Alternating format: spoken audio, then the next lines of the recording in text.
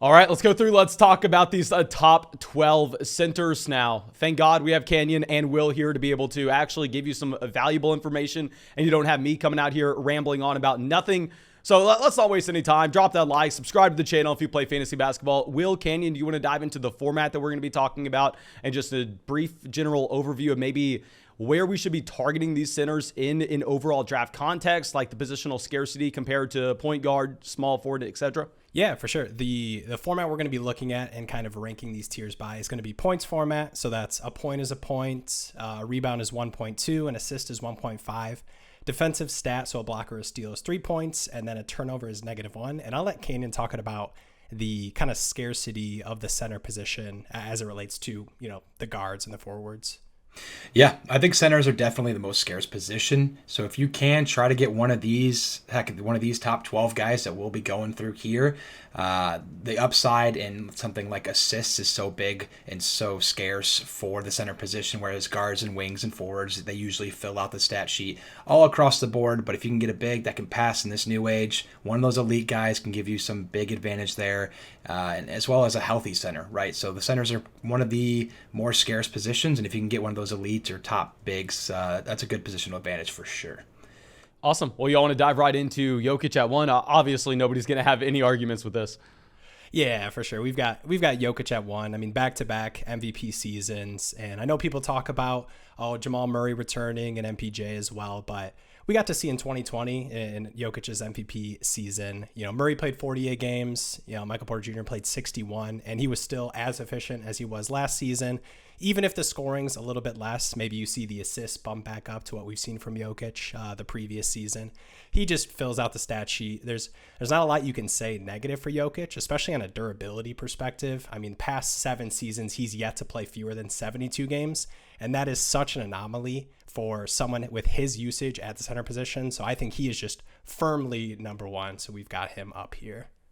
Yeah, you tied it up perfectly. You can't really say anything bad about this guy, and that's kind of why he's consensus number one, right? The only thing you could probably knock is his defensive upside, which he's still giving you probably 2 a game. So just everywhere on the floor, efficiency, durability, statistically, it's all there.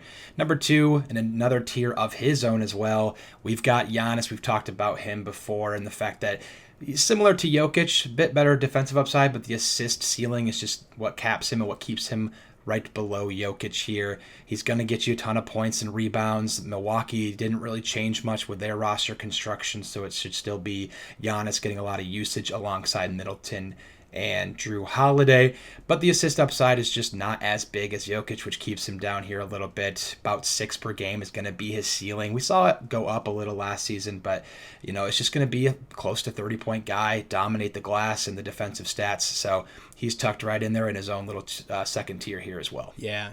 Love Giannis again. If you talk about the Bucks, not many changes from last season. You've got Middleton, who missed a significant portion of the season, but they're mostly running it back. So don't expect anything massively changing for Giannis. And then in the next tier, in another tier of his own, we've got Embiid, where, I talked about Jokic's durability. It's the big knock on Embiid. I talked about Jokic not playing fewer than 72 games. Embiid has yet to do that in his career. You talked about last season, 68 games was the most we've seen from him. Durability is definitely a big question mark, but from a production standpoint, I mean, he was third from the center position in points per game last season. Expect a lot of the same. We talk about maybe Harden scoring more, but honestly, Harden's usage increasing. I think that these are 2 guys that can work together really well. You talk about Harden should be a 10 assist guy. Embiid's still going to see similar shooting numbers and usage overall. I mean, he's just going to be right around 28 points per game. He's going to give you the 10 plus rebound upside and a pretty decent assist guy as well for a big.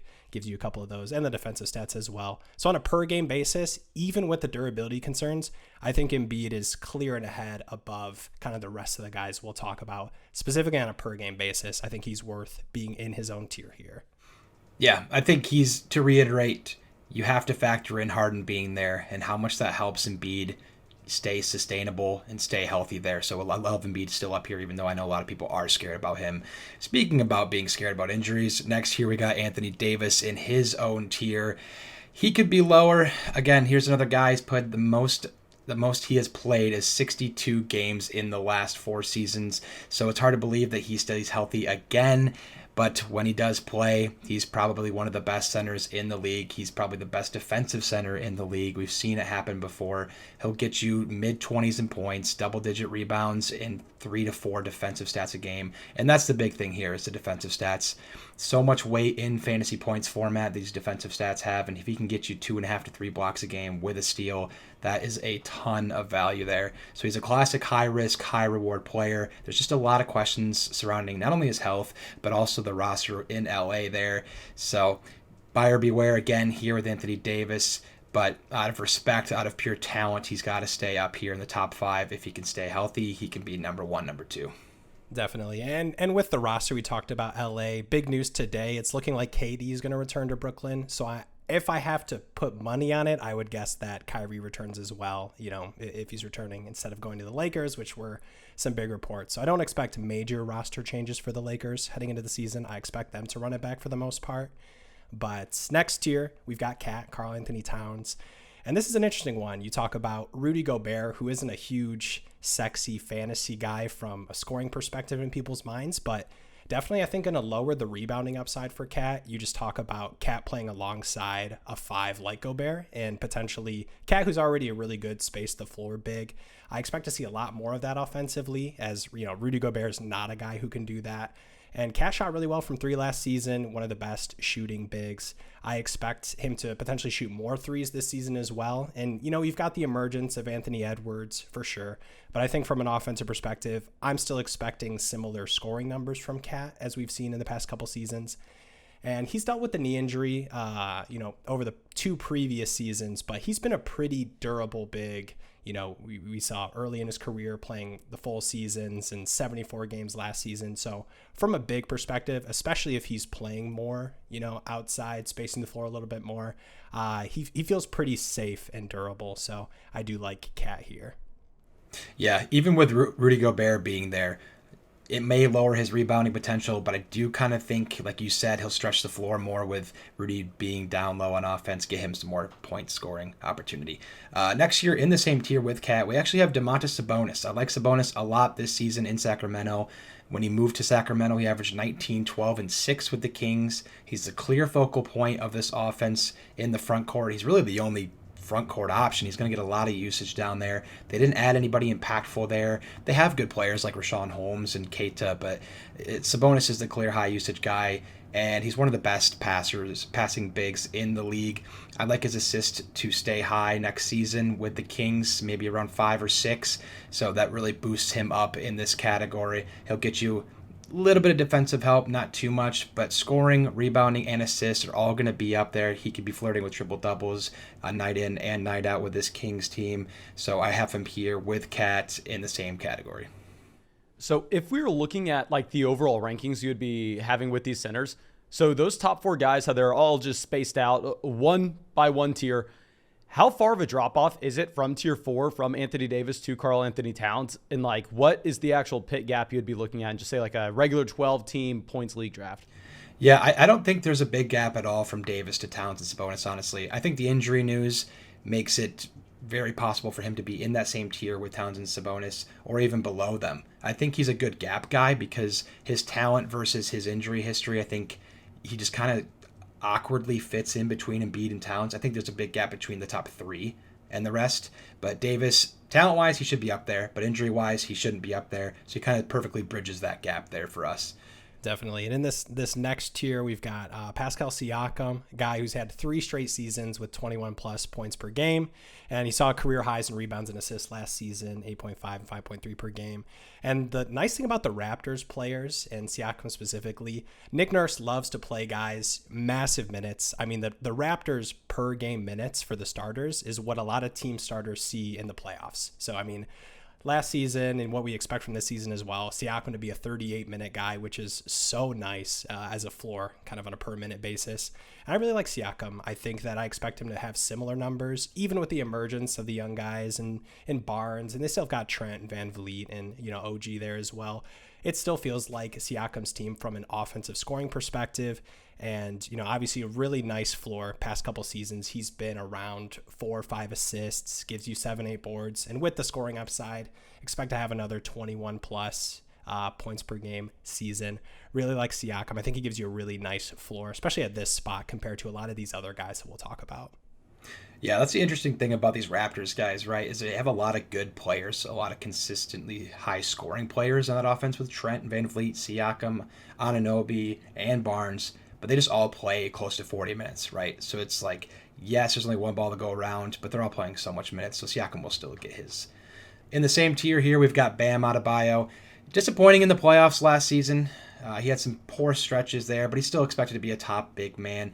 Another guy that's a fantastic passer at his position with a super high defensive floor. The Heat get rid of PJ Tucker, a guy that Bam actually scored more when he was off the court. And so he should continue to produce as he did in the last 3 regular seasons. He's been pretty consistent in his rise to stardom here in Miami. And other than PJ Tucker leaving, they haven't changed much in this past offseason. So Bam's importance in that front court as the Miami big is still going to be there in that offense. I think he can still get a lot of offensive looks. He's going to rebound. He's going to have a lot of assist potential. And I think a lot of people could be worried about the slump that we saw in the playoffs, but he was battling some injuries. They were playing a lot of physical teams. Miami is one of the most physical teams. They're going to need him next season, and I'd like him to get back to where he was in the start of the regular season this last season.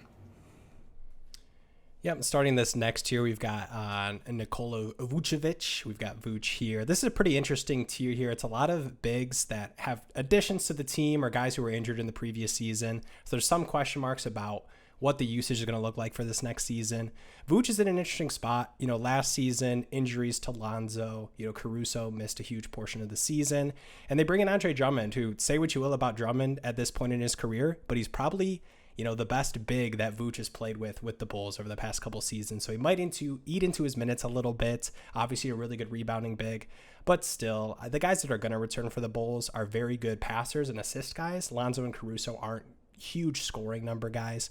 So I expect Vooch to see similar scoring as he's seen in his past 2 seasons with the Bulls, and a pretty good assist guy for a big. I mean, obviously not massive or anything, but obviously the rebounding is a really nice floor. So he kind of fits into this kind of Vooch, Bam tier where he's going to give you a nice rebounding floor and good points too as well. So I still like Vooch. I know a lot of people had him crazy high when he was going to the Bulls based off his career in Orlando, but I still like Vooch. I think he gives you a nice floor, rebounding and scoring. In the same tier here, we've got KP, Kristaps Porzingis in Washington, averaged 22 and 8.8 rebounds per game off of 31.2% usage. So got a lot of usage there in Washington. Of course, Bradley Beal was out for that entire time that KP was there, but they've still shown that KP can be super effective there in Washington.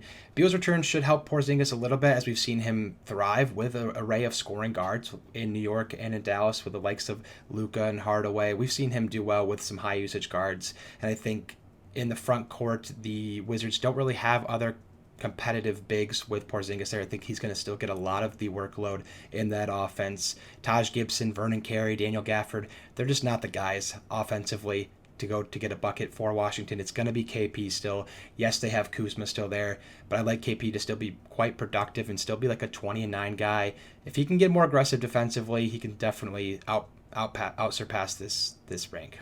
Definitely. And we've got Rudy Gobert next up here in this tier, and he's not a usage machine. He's not a very sexy fantasy pick when you just think about, scoring and assists and everything, but Rudy gives you such a nice rebounding floor, and the scoring has been there somewhat. It's a decent floor. I feel like he's going to be around 15 points per game. We've seen in his career with the Jazz, and I know I like the guys in Minnesota a lot, but I really think that Rudy can keep that scoring floor with guys like D'Lo, who's obviously a very good passer. You talk about Karl Anthony Towns, who's a very good passer for a big. Anthony Edwards has gotten better at that for sure. And Rudy, he's one of those guys that gives you 2 blocks per game over the past, 7 seasons. And it's just such a nice floor, especially in this kind of format where you're getting 3 points for each of those. So Rudy, I think, can still give you that 15-point floor. He can't spread the floor like all the other Minnesota Timberwolves. So I really think that he'll be in a good spot for those, couple alley-oops we see a game with D'Lo and Cat and Anthony Edwards. And obviously the rebounding for sure. We talked about that eating into Cat a little bit. Still think Rudy maintains the rebounding floor that he's shown for the Jazz for the past 7 seasons. Yeah, that elite rebounding and shot blocking will make him valuable in fantasy no matter what there with that team, how they use him.